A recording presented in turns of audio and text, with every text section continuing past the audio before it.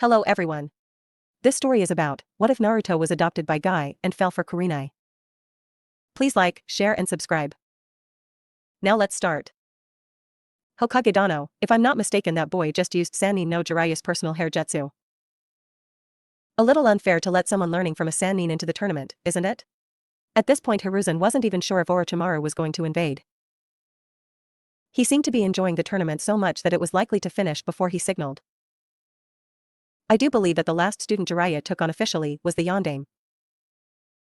Maybe the sight of a blonde wearing a cloak like the Yondaime's was enough to get a few lessons from him. Jiraiya is rather sentimental, as you know. Orochimaru sighed lightly. That last sentence showed that his former sensei knew it was him here.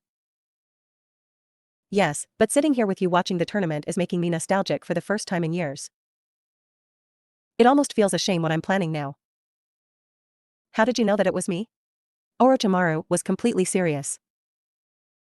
Bantering with his old sensei and watching the exams reminded him of his youth, something that he didn't often think of.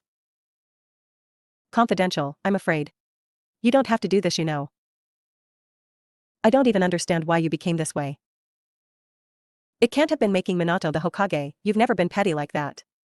Orochimaru shook his head, not bothering to answer. Hiruzen sighed and looked into the audience, making a silent vow once more to do anything to protect the people sitting there. Kurenai was blushing lightly from Naruto's compliment about her being the best genjutsu mistress alive. Thankfully, she was leaning forward enough that no one could see her face. Hinata and Shino had awoken and joined everyone else sitting together, Hinata immediately hugging Haku as she sat down. Anko snickered at the two, who blushed as Asuma turned to look at them. What's so funny, Anko? Chicks hug each other all the time.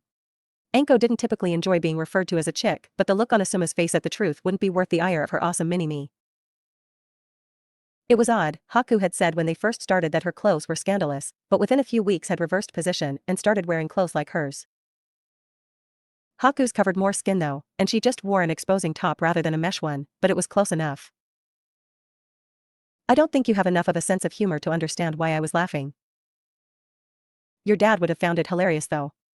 Haku and Hinata managed to hold in their sighs of relief, not ready to tell everyone about their encounter. There was no real stigma against what they wanted amongst ninjas, but the civilians had difficulty accepting it. Yash. Focus on the arena, my youthful student's fight is about to start. All of you, cheer cries of youth. Everyone tried to ignore Guy, but they did focus on the fight that was about to start. No one was comfortable with the Sandman in the arena, but hopes were high that Lee could avoid the sand. Lee. Go all out, don't let that sand grab you. Yash. Sabaku no Gaara, Rock Lee, combatants, Hajime. Lee charged Gaara the moment that the proctor exited the arena floor, hand pulled back for a punch. A shield of sand rose to stop his attack, but he backed off before it could grab him. He ran around to kick his motionless opponent in the back, but the sand stopped him once again. Fool, mother will only accept your blood as you were when you beat the arrogant one. Fight me with all of your strength, or merely stand still so I can crush you. Gaara was surprisingly calm. He had been looking forward to this fight for a while. And wouldn't risk ending it too soon.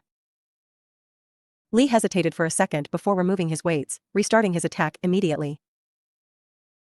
Few in the audience could follow Lee's movements with their eyes, all of them Hyugas or Chunin level and above ninja. The sand was still managing to stop Lee, but all of his blows were within inches of Gaara's body. The sand was no longer simply defending, however, as Gaara conducted its movements with his hands, making smashing and grasping motions in an attempt to hit Lee. The taijutsu specialist was beginning to realize that he had few techniques that could strike Gaara behind his shield, and only his newest would likely put him down for good. Forgive me, Gaara-san, but I will fight Naruto-kun and win this tournament. I hope you survive. Lee ran to the far end of the arena and took up a horse stance, Gaara-san stopping to allow his opponent to reach the strength he had seen in the last fight. Kaimon, Kai. Humon, Kai. Simon, Kai. Shomon, Kai. Tomon, Kai. Kaimon, Kai. Lee's skin turned red and his eyes white as his power increased dramatically. Veins bulged on his forehead as the ground underneath him cracked with the release of force. He returned to his opening Goken stance for a second as he locked eyes with Gaara, then disappeared. The only ones left to follow his movements were Guy, Kakashi, Sasuke, the more powerful Hyuga, Orochimaru, and the Sandaime. He was treating Gaara like a pinball, appearing momentarily behind him to rocket him in a different direction, laying an incredible beating that stripped layers of sand off of Gaara with every strike. I will finish this, Asakujaku. Lee kicked Gaara straight up into the air, following along with him as they rose. When they reached the peak of their height, Lee began unloading a rapid series of punches into his foe. After a few dozen punches, his fists lit on fire, sending small fireballs down with every blow. The whole audience sat numbly silent, shocked that someone so young had unlocked a power like this. Orochimaru and Hiruzen were both stunned at the level of skill in the boys' taijutsu, particularly the old Hokage, as he knew just how hard using the Hashiman was. Both fighters fell to the ground, Genma counting up to 10 awaiting movement from either of them. At 7, the arena began to tremble, as sand rose from under the floor to lift Gaara and wrap around the exhausted Lee. You hurt me.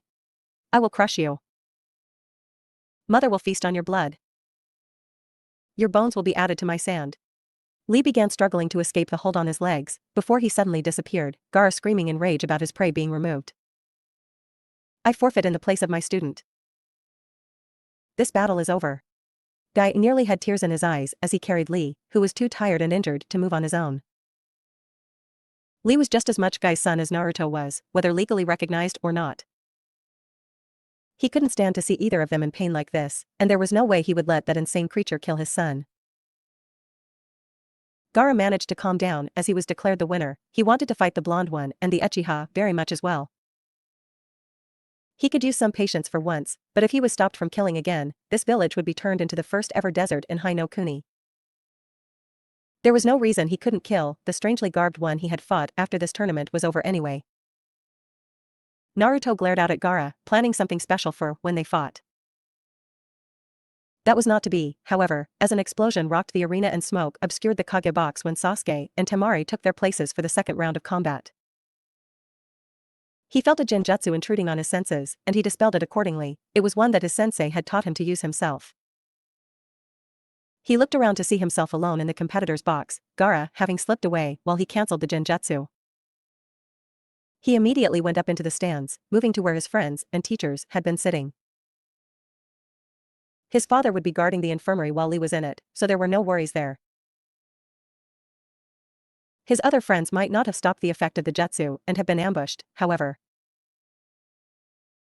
He reached his friends in the stands and saw that everyone was awake and that they were fighting ninjas from both Oto and Suna. Kurenai turned to him, relieved that he was alright, before calling out orders for him. Naruto-kun, help us clear the arena, then follow Sasuke after those three from Suna. Gaara appears to be a Jinchuriki. Naruto nodded. Before the seal on his right hand lit up with another poof of smoke. This time, something far more threatening than a Fuma shuriken came from the tape on his hand. The Nuabari sat in Naruto's hand, gleaming in the daylight as he shifted his grip. Instead of grasping it like a regular blade, he gripped a length of wire to let the sword hang in his hand. The length of wire and blade lit up with a bright aura, primarily white with a hint of blue in it. He began spinning the blade, his chains erupting from his back, their aura matching the blades. Rather than the exacting assassination weapon and throwing weapon that Kushimaru had used the Nuabari as, Naruto had developed his own style successfully.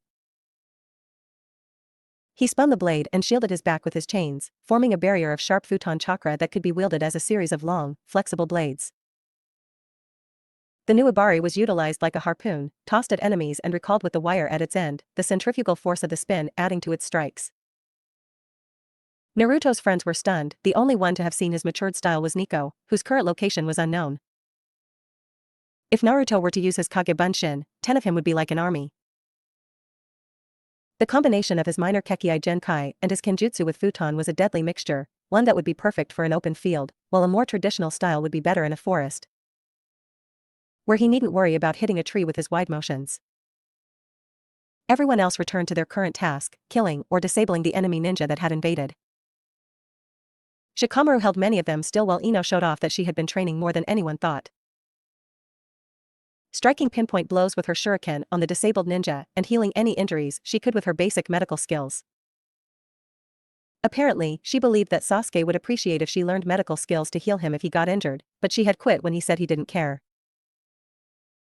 Anko threw snakes at her enemies, while Haku and Hinata stood back to back using their elemental taijutsu styles to halt nerve processes with extreme cold and voltage.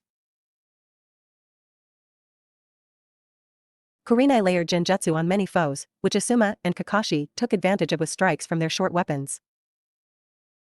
Kakashi having practiced with his white light chakra saber ever since fighting Zabuza with it. Shino sent Kakechu at the many distracted enemies around him, draining their chakra and tying them up with ninja wire after they fell. Choji had helped evacuate the daimyo, as he had been sitting in a box near theirs with his mom. Hiruzen stood on the roof facing his student, Orochimaru having discarded his disguise as the Kazekage after the explosion.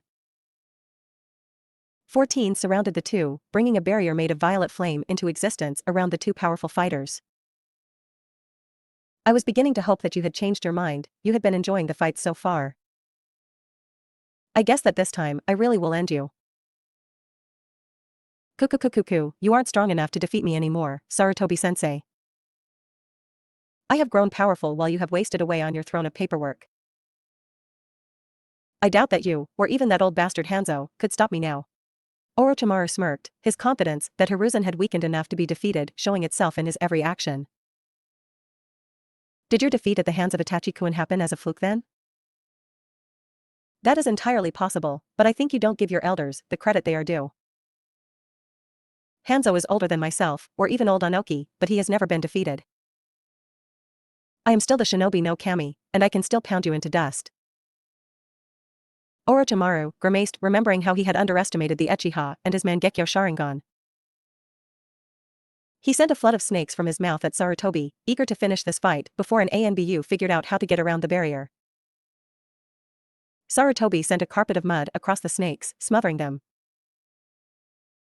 He formed another set of hand seals, transforming the mud into a dragon, then firing balls of fire at his dragon's balls of mud to send flaming bricks at his one-time pupil. Orochimaru dodged them all, smirking at how his sensei's habits haven't changed much. Still performing your own collaboration jutsus, sensei?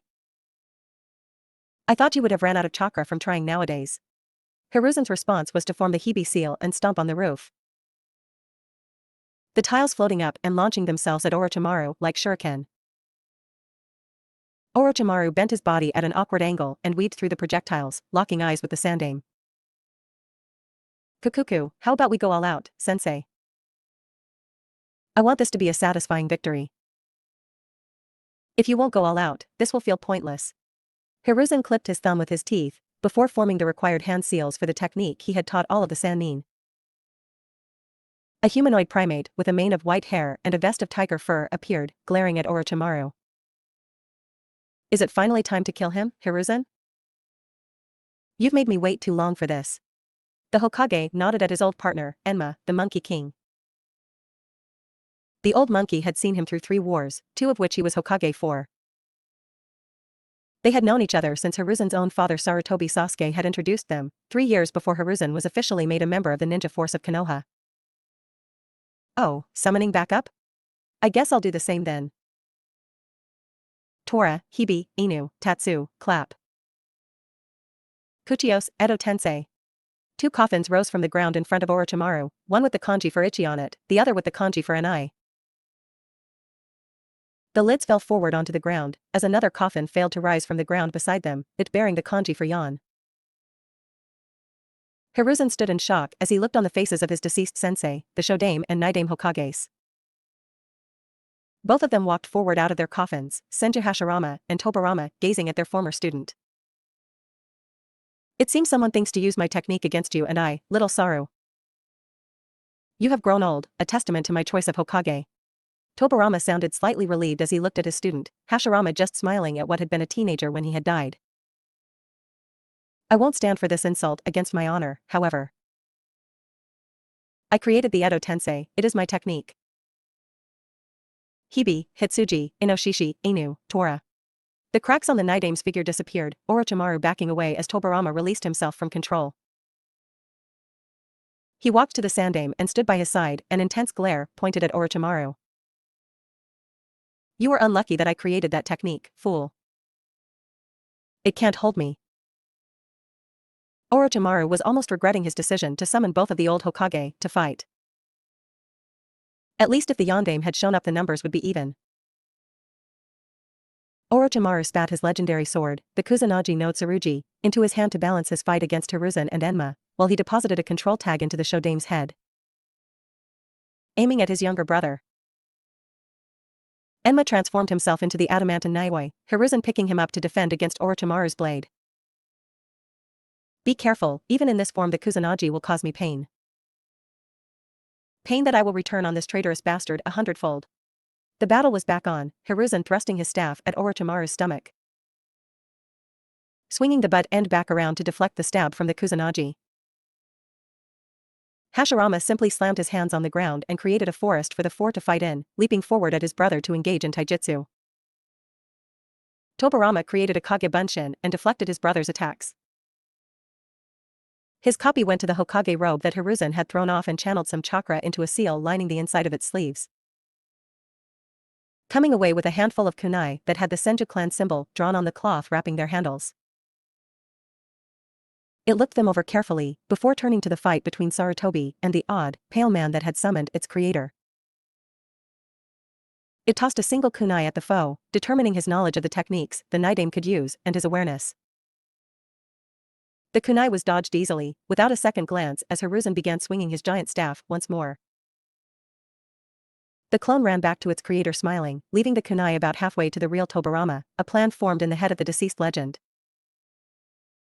Naruto looked around for more foes, before walking up to where everyone that had defended the arena gathered. Sasuke chased those Sunanin out of here. Thankfully, Pakken already knows Sasuke's scent. I will summon him and he will lead Naruto, Shikamaru, and Ino after Sasuke. Anko, Kurenai, Asuma, and I need to begin the counter-attack, while the rest of you need to report to the Hokage Monument shelters and receive more specific battle orders. Everyone ready? All of them nodded, though Shikamaru and Ino were both rather reluctant to agree. Kakashi nodded and summoned Pakken, quickly relaying the orders that everyone was to follow. Kurenai grabbed Naruto and turned him around as everyone began to split up, her lower lip between her teeth as she looked at him. I want you to be careful, Naruto-kun. Please, make sure you come back in one piece. Naruto looked shocked for a moment, before he smiled brightly at his sensei, doing his best to ease her fears. Of course Kurenai-sensei, it's a promise, Databeo. He turned around and ran after Pakken with Shikamaru and Ino, his face now set into a serious look. Kurenai watched him for a few more seconds, before following Anko to her section for the counterattack. You should have just kissed him now, just because he made it a promise doesn't mean he'll come through. Kurenai turned to glare on Anko, only to see no hint of her typical teasing smirk. I'm being serious, Naichan. You don't want to lose him without letting him know. Don't make that mistake, that was what turned Kakashi into the mess he is today. I'm sure you don't want to be a smut-addicted perv for the rest of your life, so make sure you're honest with him if you get another chance. Not if I get another chance, Anko, when I get one. Naruto never goes back on his word, and he's not about to start now. Kurenai and Anko gave each other small smiles, before rushing off to join the battle. The invasion wasn't going as well as the Sunajounen outside the walls were expecting. Sannin no Jiraiya had been at the walls and two monstrous toads were destroying anything that came near them, giant snake or enemy ninja. Those who had infiltrated the village were hopefully getting reinforcements from one of the other points, because the southern wall belonged to Konoha. Huh. You thought that you could defeat the gallant toad sage Jiraiya with these pitiful attempts? I have trained in the hidden land of toads to become a master ninja. I learned from the shinobi no kami. I am the most eligible bachelor in the elemental nations. Women want me and men want to be me. There is no hope for weaklings like you. The constant taunts were only making the spectacular beating Jiraiya was giving the Suna ninja harder for them to stand. The Konoha ninja had taken up cheering Jiraiya's name as he manned the southern gate with the help of no one but his toads. Soon, the counterattack would begin, and Konoha would empty itself of anything with a Hitaiate not matching their own. Save Jiraiya, he got to wear an incredible and unique headband as a testament to his awesome. There is a group of 9 Otonin on our tails, they are gaining on us. Pakken delivered the news rather calmly. having apparently gotten used to being chased by enemies in his time helping Kakashi track things. Ino looked back fearfully, not ready to engage enemies without her sensei nearby in case something bad happened. I'll hold them with my cage main, you guys go. Remember, Ino, if Sasuke is hurt, you are the only one able to help him. Naruto, I really hope for our sakes you have what it takes to put down that crazy Sandman. Naruto and Ino nodded, leaving Shikamaru behind to stall time for them. He waited until all of the Otonin were gathered around him, before catching them all at once. He gazed at his victims, only to notice that he only had 8 shinobi in his grasp. Troublesome. I guess the one I didn't catch is about to kill me now, right? Well, I hope that I at least earned a nap for all this. Shikamaru's shadow returned to him as a cloud of ash obscured the Otonin, bursting into flame a second later. Asuma stood in the clearing, holding his trench knives, smiling as he saw his favorite student sit down when he appeared, ready for a nap. I'm gonna have to get you to a place safer to nap at, no good if someone finds you, eh? Asuma carried the exhausted genin back to the evacuation center. Noticing that he had bandages from his first fight with Temari still. And here we all thought that you were just lazy, guess you can be determined when you have to. A large group of enemy ninja stopped abruptly on a rooftop, shaking as they tried to move. Shadowy hands slithered up their bodies, strangling them while a man with pineapple-shaped black hair and a scar down the side of his face watched on, boredom oozing from him. Kage Kubashibari, no jutsu. Konoha won't just sit back and let you destroy it. Several foreign shinobi stopped searching for Konohanin and turned on one another. On the roof across from them, a man with long, pale blonde hair and pupilless turquoise eyes stood, forming a hollow rectangle with his hands. You fools can't stand against Konoha, we are the oldest and grandest of all hidden villages. A gathering of Oto and Suna troops were running in terror from a red-headed man with a staff as tall as the Hokage Tower. He would crack the butt of the staff on the ground to throw all of them off balance, before stomping on some of their number. Konoha will not fall to the likes of you, I, Akimichi Choza, swear it. Naruto and Ino ran past an unconscious Kankuro and Kiba, apparently he had refused orders to follow his teammate himself. Ino quickly stopped, however, confusing Naruto. Go after Sasuke and the other Sunanin, Naruto. I'm going to stay and heal Kiba. Good luck. Naruto nodded and followed after Pakken, determined to keep his village safe from the wrath of a Jinchuriki. The voice of the Kyuubi growled lightly in his mind, possibly sensing Bija chakra in use. He ran past a clearing with burn marks and toppled trees, evidence of Sasuke having fought the Kunoichi on the Suna team. He wished he could run all out, but he needed Pakken to find his objective. Finally, Naruto saw a moving pile of sand chasing Sasuke, who was using his Sharingan to predict its attack pattern. He quickly released his seal and threw the Nuwabari at Gaara, the sand barely managing to deflect the futon-coated blade without being pierced. Naruto pulled his weapon back and sealed it back into his hand wrappings. While useful against most foes, a man with a living defense made of sand was not the easiest target to pierce or cut. Gaara turned back to look at where the blade had come from, just long enough for Sasuke to try an offensive procedure. Raiten, Chidori. A mass of lightning that sounding like a flock of starlings all screaming at once came to life in Sasuke's hands, as he ran straight at Gaara. The sand moved to intercept, but only managed to grab Sasuke's hand after it had been lodged into Gaara's shoulder. Blood, my blood, I'll kill you. Ayahog. Gaara stood on a platform made of sand, floating into the air, beyond the reach of either of the two shinobi facing him. Sasuke threw a few shuriken that impacted harmlessly with the sand under Gaara's feet, falling off rather than sticking into the sand. Sasuke, how about we try a combo attack? I throw out a blast of wind following some fire? Sasuke shook his head, grasping his right hand, which had 2 broken fingers from when Gaara had grabbed it. I can't form hand seals, and I can't do any jutsu that don't use them. Even if I did, it's taking everything I've got not to give in to the Juin on my neck right now. That last hit was all I had left. Naruto hadn't noticed before, but Sasuke was badly sweating and was panting lightly. Dai, Ninpo, Tanuki Nari no Jutsu. Gaara slumped forward as his sand gathered around him, ending with a giant sand tanuki with blue markings running around its body forming, Gaara displayed on its forehead. I'm free. I don't think I like the look of all this green around me. Maybe I should make it look just like home. Sasuke watched in horror, before looking sidelong at Naruto. If this kid became like this when he changed, what would Naruto be like with the Kyuubi? Sasuke, run. I have a technique that might work against him for now, but I'm not sure I can beat him. Ino is healing Kiba in the clearing back there, get them someplace safe. Sasuke hesitated, but nodded. He took Pakken and ran back to where his last teammate was. Maybe Iriujitsu was more worthwhile than he had thought.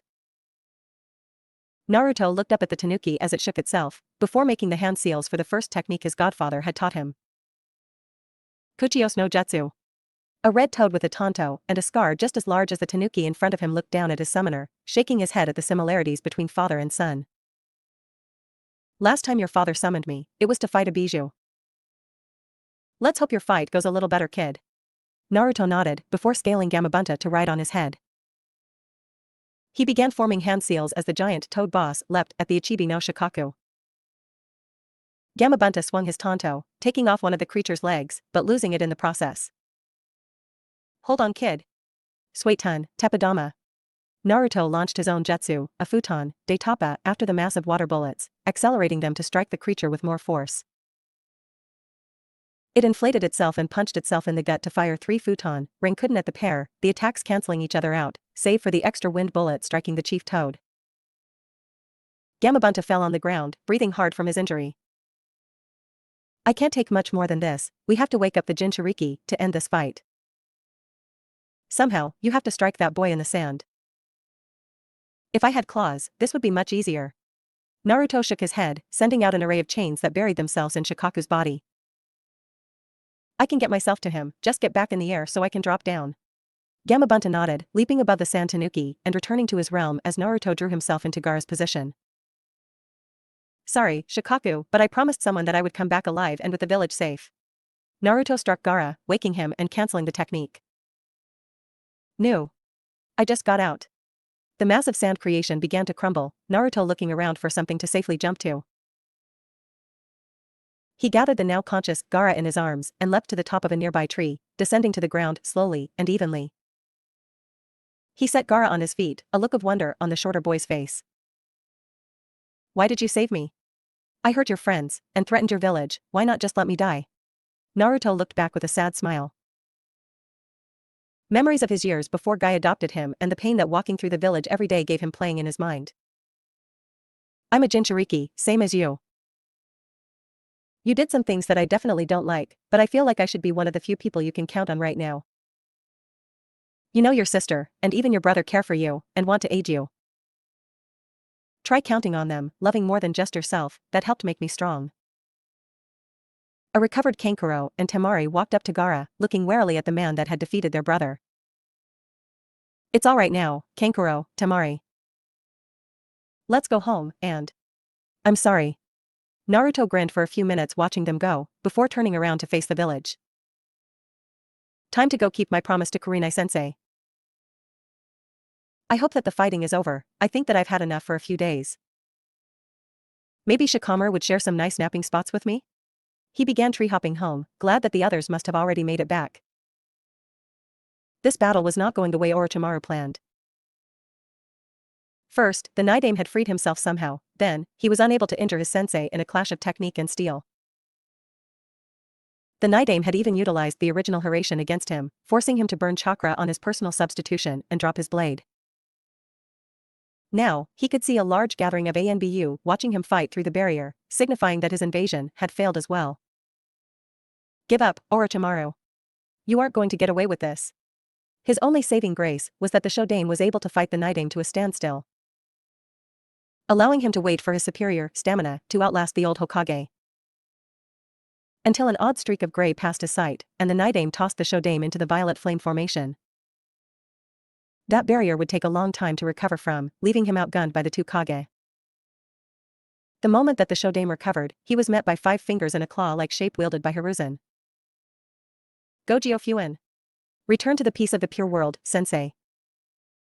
Your village won't fall today. Hashirama smiled as he looked at the man he remembered seeing as a child, the son of a friend. His body slowly crumbled away, leaving only dust where he had been. Orochimaru attempted to take advantage of the situation by telekinetically commanding the Kusanagi to stab the old man while he was distracted.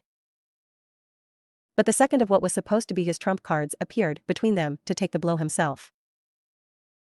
His chance of victory all but gone, the slippery bastard used his final trick to escape.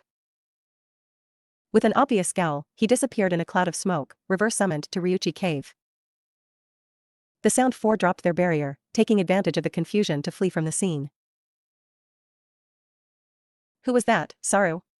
The assembled ANBU stared at the Nidaime in wonder, as the Hokage turned to his slightly less than dead predecessor.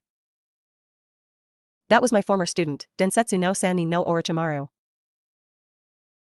He is the greatest traitor and war criminal in the history of Konoha next to Uchiha Madara, and the largest of my many mistakes. I must thank you though, sensei. If you hadn't intervened like that, I would have most likely died. I think it is time that a new Hokage is chosen again, hopefully one that lasts longer than the Yondaime. I am sure it is no fault of your own that your student became so twisted. I will stay around as the village gets back on its feet, but first, tell me where I might find my grandniece. It has been an age since I saw her. Hiruzen sweat dropped, looking around in hopes that Jiraiya might be nearby to answer the question accurately. Yugao was kneeling in front of the memorial stone. Her run in ANBU had officially ended just in time to mourn her fiancé. Originally she had planned to use her extra time to spend more time with him than she had previously been able. Now, she was shaping up to be a repeat of the ninja walking up behind her. Do you think that they really notice all the time we spent here? Do they listen when we speak? Yugao turned to face her former captain, desperation in her eyes. At least you notice your surroundings still, that's good. Kakashi walked to the small bench that he had placed near the stone and sat down, gathering his thoughts. To really answer your question is difficult. I believe personally that they do notice, that those we've lost live on inside of us, and feel our words as much as they hear them. The best person to ask if you want to know for a fact would be the Nidaime, having been dead for a number of years, but he doesn't seem to remember anything that happened while he was dead. Those of us still living are not allowed to know what lies in wait for us beyond the veil, but we can believe that our loved ones are happy watching us live and thrive. Yugao was surprised that Kakashi had answered her, even more so at the depth he had shown her in his response. It was just like when he had been the legendary ANBU captain and her brand new, an ocean of experience between them that made her feel small and weak. The illusion was destroyed when he began reading his Ika Ika Paradise novel on the bench, though to be fair he wasn't doing any perverted giggling. Do you really have to read that here, senpai? Do you not respect Rin enough to save your perverted trash for other places? The warm, kind Kakashi that had been sitting and speaking with her immediately disappeared, replaced with an evil glare and a cold aura. For your information, Rin was the editor of the first Ika Ika, and I read them in honor of her memory. Besides, I hear that you and Anko mention perverted things out loud to Kurenai all the time. Now then, I suppose I have elsewhere to be. And without closing his book, Kakashi stood up and left, leaving the depressed and guilty woman there alone. Both Hokage were in the office, going over the many things that had happened since the death of the Nidaime. Also the Mato family is still around, and they still are absolutely crazy. The last Uzumaki we know of was adopted into their family, though he somehow has retained his sanity. Tobarama looked at Hiruzen AF if judging the man's sanity, having heard a large number of things that had been incredibly disturbing. Like how that traitor that he had fought earlier created a substitution that didn't require a base material to replace yourself with, but as a downside you were essentially a snake shedding its skin. Then there was how his old student Danzo had created a program that broke shinobi of their emotions and turned them into mindless tools. The fact that the Uzumaki clan had been destroyed had been his first major shock, and they had just kept coming. Hiruzen, this is all insane, but where is my niece? You said that you trained her team personally and that all of your old team lived, so why isn't she here to see me? Hiruzen had thankfully planned for this, and snapped his fingers. Jiraiya jumped in from the window at the command, grumbling to himself about what he was about to do. Take the fall for his sensei. We aren't entirely sure. Tsunade abandoned the village a number of years ago, and she moves constantly.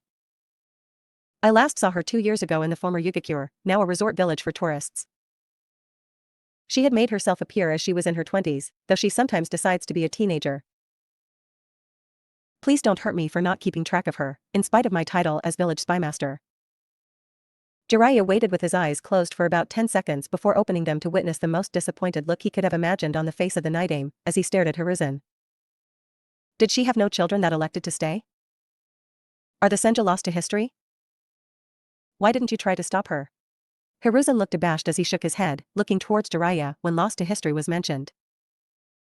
Tsunade left due to the deaths of her little brother and fiancé. I believed that if I gave her some time away from the village and let her vent her grief she would return, but it has been 15 years. And she doesn't even send me notes beyond that she is still alive once a month. Tobirama looked away, disappointed that the last representative of his clan would be remembered as a person that spent almost half their lifespan in grief. She can't stay out like that anymore. After that invasion attempt we need to gather as much power as we can to stave off threats from other nations. Having Senju Tsunade return would be a massive boost. An extra Kage-level ninja would convince IWA to leave us alone. Jiraiya, take Sensei and Naruto when you leave to find her. He's made Chunin and I want you to give him his father's things on the trip. Jiraiya nodded just as there was a knock on the door, bringing the current conversation to a halt. Hokage-sama, the requested genin are here. Permission to enter? An ANBU opened the door when Hiruzen nodded, allowing Shikamaru, Sasuke, and Naruto inside, followed by Asuma, Kakashi, and Kurenai. All of them stopped to bow to the three powerful men in the room, paying extra attention to the undead occupant. I'm certain all of you genin are wondering why you are here. I am going to give you my critique of your exam performance and tell you whether you are Chunin material or not. Your individual efforts during the invasion are also accounted for in this critique, so step forward as I call your name. Uchiha Sasuke. The Rookie of the Year came forward, his stance giving no impression of whether he thought he had made Chunin. Uchiha Sasuke, you soundly defeated your opponent, created a B-rank Kenjutsu, and made a snap judgment to follow a high-priority enemy and stall for reinforcements. All of which show your ability to both fight, think, and trust your comrades. However, when you defeated your opponent you did so in a fight that could have been ended far faster and without bloodshed. My judgment is, you be made Chunin, but be given monthly psych evaluations for a period of 1 year. Sasuke nodded, actually giving a small smile before he turned to his sensei, accepting his flak jacket and a Kakashi-style face mask from the eye-smiling Jounin. Tobirama nodded his head in approval of the new Chunin, though he avoided looking toward the creepshow that Kakashi's smiles were. Shikamaru and Naruto both gave congratulations to the Uchiha, who had become something of a friend in the week since the invasion. Thank you, Hokage-sama. I will strive to do as much for this village as my namesake to earn this honor. Hiruzen smiled as he thought of his father, before calling the next name. Nara Shikamaru. The lazy genin walked forward and bowed. Both the Naidame and Sandame were considered some of the greatest strategists in history, so seeing them both at once was quite a treat. You surrendered in interest of saving energy healing and saving energy rather than continue after defeating your opponent. And volunteered to stay behind and put yourself in danger to protect both your friends and your mission. Based on your selfless action and high level though, you are made Chunin. Shikamaru gave a lazy nod and accepted his flak jacket from Asuma, who was grinning right back at him. A scroll in his other hand that made Shikamaru groan. Tobirama looked on the genin, fixing his gaze on Naruto. His face and bearing reminded him of his older brother, and he was interested in what Naruto had done. Maito Naruto. Tobirama realized that this was the one that Hiruzen had mentioned, the last known Uzumaki. With his name, it was possible that he was related to the first two Hokage, though likely distantly. Your victory was quick and decisive, following the false sense of security you gave your foe by ignoring their main tools. Furthermore, you proved yourself far beyond expectations with your victory of the Ichibi no Shikaku. You are to be made Chunin, and one more thing. Jiraiya interrupted the Hokage at this point, wishing to be the one who said the next part himself. With your rise in rank and status, your biological family will be made public knowledge. Tomorrow, there will be an announcement that you are the biological son of both the Uzumaki clan and the Yondaime Hokage. I also wish to extend an offer of apprenticeship, the path you started on when you agreed to be a toad summoner, and the same path I offered your father. Sasuke was stunned, while everyone else was simply surprised that the secret would be revealed. Thank you, Gigi, Jiraiya. Could I have some time before I respond to the apprenticeship offer? I've only just started learning higher tier genjutsu from Kurenai sensei, and I would like to finish creation theory before I decide. Jiraiya looked like he was going to require an immediate answer. But Tobirama smiled and nodded. Naruto turned to his sensei and got a hug for his promotion. Jiraiya had the scroll that held his flak jacket and inheritance. Now that these promotions are finished, I have mission information for all of you. Sasuke, there are a total of 4 summon contracts not currently bound to any master in Konoha. Choose one and spend your individual time learning the unique skills of the chosen creature. while Kakashi moves your training into ANBU skills and weapon training. The rank of Chunin gives you access to all weaponry in the Uchiha vaults, and makes you the official head of the clan. Shikamaru, you will have weekly duty in my office, where I will tutor your strategy in my spare time. Naruto, you will join Jiraiya and Tobirama on a mission outside the village in 3 days. Dismissed. The new Chunin and their sensei proceeded to leave, agreeing to meet for dinner at the Yakiniku-Q in a few hours. Naruto-kun, would you like to have some tea at my place before everyone gets dinner? Kurenai was trying hard not to sound desperate to get him to spend time with her. But in the past week, Naruto had spent almost all of his non-training time with his father and Lee in the hospital. She wanted to be alone and in a comfortable place when she talked with him, otherwise it would be just like when she tried to tell him around Jiraiya. I guess we haven't spent time together like we used to, huh sensei? Some tea sounds nice, though I don't think Jiraiya is going to give me long before he expects an answer. Naruto smiled as he looked up at his sensei. The two of them using the Shunshin no Jutsu to reach her home faster. So was there anything in particular you wanted to talk about? Or did you just feel like remembering when we first got a team? Kurenai almost dropped the tea she was holding when Naruto mentioned anything particular. Ever since she realized that she had feelings for her student, she had been hypersensitive to the idea that he might already know. It had made much of their time training together awkward, and she was looking forward to removing that aspect of their time together. Well. What about you, anything you want to talk about? I know that you have to be pretty happy about making Chunin and getting put on a mission with your hero the Night Aim. Naruto really didn't get why Kurenai had been stuttering so much recently. He had never heard her do so before they met in the interim during the exams. She was always strong and confident, this new nervousness was just odd. Sensei, did I do anything to make you nervous? You've been having trouble talking to me recently, and I don't really get why. I'll stop whatever it is, just let me know, it's made training awkward recently. Kurenai bit her lip nervously before she decided to just go ahead and be honest. It had seemed like this would be so easy when she had been talking to Enko, but even in her house she was nervous, mostly because she was sure that the Hokage was watching.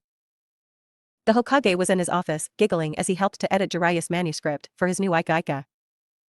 Tobirama looking down in disappointment as he realized he had chosen a pervert with a crystal ball to replace him as Hokage. The resurrected Senju sighed as he pulled said crystal ball out and decided to watch Jiraiya, not sure what to think with all of the white hair and red face marks they had in common. Naruto-kun, I wanted to talk about a few things, mainly about our relationship. Naruto was beginning to feel nervous himself, he didn't want Kurenai to know about his feelings. If she had realized, and that was why she was so awkward now, he was afraid that she would move him into a new team.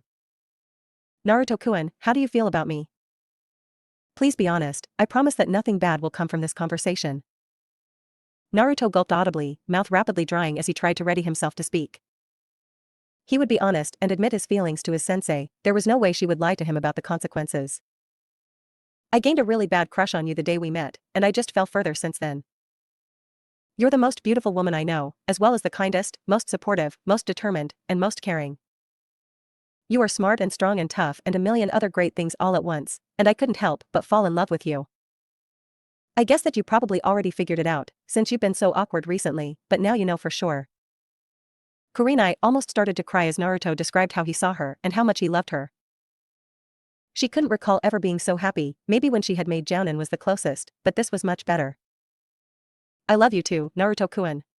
It just took me a while to realize it. I've never seen someone work so hard, and deal with so much pain and trouble, and still be so happy and warm. You are so kind and determined and sweet, and although it took me a long time to admit to myself, handsome. I just fell in love with you day by day as we sat in here and talked after you trained your heart out. Kurenai had been slowly walking to Naruto as she spoke, keeping eye contact through the heavy blush that both of them were now wearing. Naruto swallowed again as Kurenai began leaning toward him, closing his eyes when he felt her breath on his lips. Their lips came together gently, the motions slow and unsure. Naruto marveled at both the fact that this incredible woman felt the same for him and how amazingly soft and supple her lips were. Kurenai delighted over how Naruto was her first kiss, certain that this was the right decision now. Naruto slightly gasped when he felt her mouth part enough for her tongue to lick his lips, nearly in shock when it reached inside his mouth. Somewhere on the jumble of thoughts all trying to go through his mind at once, he noted that she tasted like the mint tea they had been drinking and also cherries, probably her lipstick. Kurenai ran her hands through his hair, embracing him as she tried to draw herself as close as she could. A few moments later, the two clumsy kissers broke apart for air, panting and blushing heavily. Kurenai let out a giggle, so happy she couldn't contain herself. Naruto watched her for a moment, before joining her in full-blown laughter. Both of them spent the next few minutes in hysteric, relieved laughter. Neither had expected the other to really like them back, no matter what Anko and Yugao had said. When they came down from their emotional high, Kurenai wiped a few tears from the corner of her eyes. Naruto took some time to catch his breath, meeting Kurenai's gaze as she looked at him fondly. Does this mean we're dating, Kurenai-sensei? I mean, I've never done anything like this before, and my dad isn't exactly the best to learn about dating from. Kurenai giggled again, pecking Naruto lightly on the lips once more before answering. Yes, Naruto-kun, we are dating. I've never done this before either, but Anko and Yugao have been kind enough to tell me how this usually goes. Also, please don't call me sensei when we're alone, even if you do in public. Considering how your dad and Kakashi and the Hokage and Jiraiya will react, we should wait a while to tell anyone. I know that I will tell Anko, and we can tell our teammates, but I'm not sure who all else would be safe. Naruto begrudgingly nodded, knowing his dad wouldn't approve of a relationship like theirs, even with his status as Chunin. Also, I think you should accept that offer from Jiraiya. There's a lot that he has already taught you that is usually saved for apprentices. We can still spend time together, but it will help you in your dream to become a true master ninja and an excellent future Hokage. Naruto nodded once more, knowing that he would likely learn everything that Jiraiya could teach very quickly. He knew that he had already learned the hair techniques that Jiraiya had created, but he would need more work with Toad ninjutsu and Fuinjutsu. There was also the promise of learning his birth father's techniques from the sage. He would definitely do the apprenticeship, he just hoped that he would find time to spend with his new girlfriend between training. Hopefully he would get a chance to finish his genjutsu before spending much time away from the village. Sasuke had volunteered to let everyone know about the group dinner, hiding his flak jacket until he planned to reveal it tonight. Kakashi had returned to the memorial stone soon after giving Sasuke a Doton Jutsu so that he could have a defensive technique. He had already got to Ino and asked her to tell Choji, and saw Haku and Hinata in a training field together. Though he wished that he had announced himself before they launched into an impromptu make-out session. That had been rather awkward for everyone. Hinata had volunteered to tell Shino, leaving his own teammate Kiba as the last person that needed to know. He had not expected to find the girl he recognized as the Oto Kunoichi kin with him though. He had actually assumed the girl dead, but apparently not. I'm just trying to apologize for what happened to your teammate. The people I was forced to work with were completely insane, just like that pedophile snake that runs Otogekure. Sasuke bristled. But remembered that hollow feeling from when he killed Zaku. You didn't kill her, just leave me alone and don't bring it up. I don't want to think about that, and I don't want you to keep interrupting my training. Next time, I will play a real part.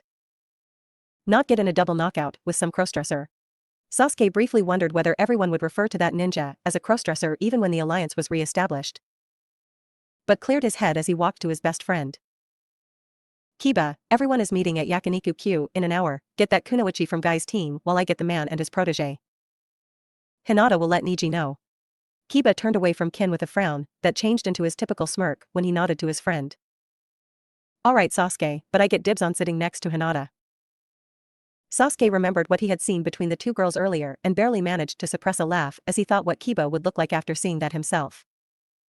He would probably bleed from his nose until he fainted, but it would be hilarious. Sasuke just nodded once more and spared a glance at the Kunoichi that had apparently warned the Hokage about the invasion. There was a high chance that she would be given Sakura's old spot on his team thanks to her genjutsu, and he would accept it if things came to that, but it would take time for him to trust her fully. Things were hectic at Yakiniku Q as the dubbed Rookie 11 and their sensei sat to eat. Naruto was uncomfortably seated between Guy and Kurenai, having to weather both his father's untrusting glances at them and Asuma's lustful looks towards Kurenai. The only saving grace was that Anko was on the other side of Kurenai distracting Asuma just as much as his sensei. Lee had walked on crutches and had been sat next to Guy, and was taking notes on the eccentric Jounin's treatment of Kurenai. Niji was sitting on one side of Hinata glaring at Kiba, while Haku was openly holding her girlfriend's hand on the other side. They felt lucky that they were both girls, knowing that most people would barely bat an eye at two girls being affectionate with each other. Ino had wound up next to Sasuke, but was acting far more subdued than expected, barely speaking with her crush while they waited for their food. Tenten was sitting next to Anko, asking when she was promoted to full Jounin as she remembered, deciding to be a Kunoichi after meeting the free-spirited interrogator. Shikamaru and Chiji were sitting across from Lee and Guy, while Kakashi was across from Naruto, though his face was in his back rendering him a non-target for speech. In spite of the rather intense feelings in parts of the table, Naruto wished that he could do something like this far more often. He loved his father, and he had long enjoyed coming home and eating dinner with him after training, but right now it was like he had a giant family, more than he had ever imagined. One day, he hoped to sit at a table like this holding Kurenai's hand, his self-proclaimed Uncle Kakashi having a real woman and not a book with him, and his father Guy with a wife. Maybe his brother and all, but name joining his family officially, and in the future some kids running around their feet as Naruto wore the symbol of a Kage. Being acknowledged as the greatest ninja master in current times. He felt a squeeze on his hand, and turned to see Kurenai smiling as their food arrived. He smiled as well, determined to make his dreams of the future a reality, and keep all of those he cared for alive to take part. This was all for now. Thank you for watching, I hope you liked it and that you will be back for more. Please like, share and subscribe. See ya.